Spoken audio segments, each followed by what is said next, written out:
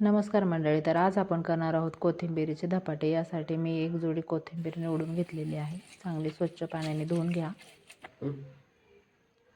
इकडं मिक्सरच्या भांड्यामध्ये 10-12 मिरच्या, 10-12 लसूण पाकळ्या आणि 1 चमचा जिरे टाकून वाटून घ्यायचं. कोथिंबीर आता चांगली स्वच्छ धुतलेली बारीक अशी चिरून घेऊया.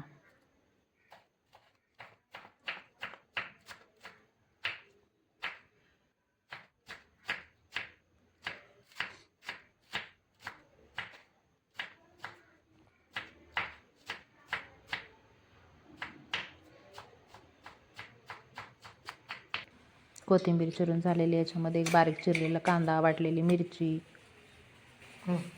तीळ टाकूया 2 चमचे, अर्धा चमचा हळद आणि 1 चमचा मीठ. आता याच्यामध्ये मी गव्हाचं पीठ वापरले. तुम्हाला जे जे पीठ आवडतील ते टाका त्याच्यामध्ये, जसं की ज्वारी, बाजरी, बेसन पीठ, ही पीठही तुम्ही याच्यामध्ये टाकू शकता. आता असा गोळा तयार करून घ्यायचा मळून. इकडे गॅसवर आपण तवा तापायला ठेवूया.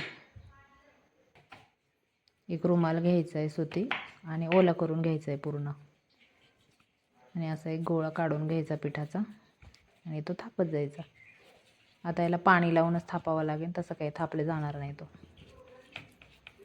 थोडं थोडं हातावर पाणी लावायचं आणि असं थापून घ्यायचं.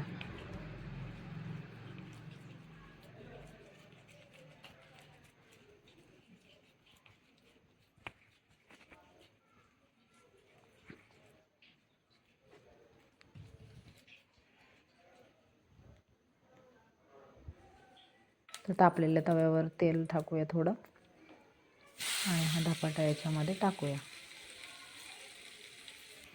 साईडनी पण थोडं तेल सोडूया आणि दोन्ही साईडनी असं छान खरपूस भाजून घेऊया.